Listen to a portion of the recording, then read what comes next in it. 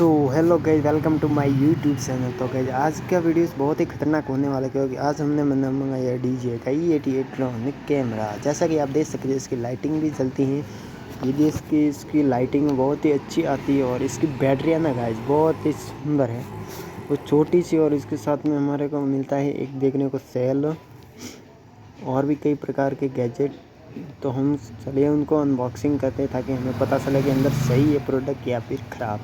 तब देखिए भैया ने अनबॉक्सिंग कर रहे हैं। तो आप ज़्यादा से ज़्यादा हमारे वीडियो को लाइक करें, और चैनल पर आए हो तो चैनल को सब्सक्राइब जरूर करिए। मिलते हैं नेक्स्ट वीडियो के, तब तक के लिए बाय बाय।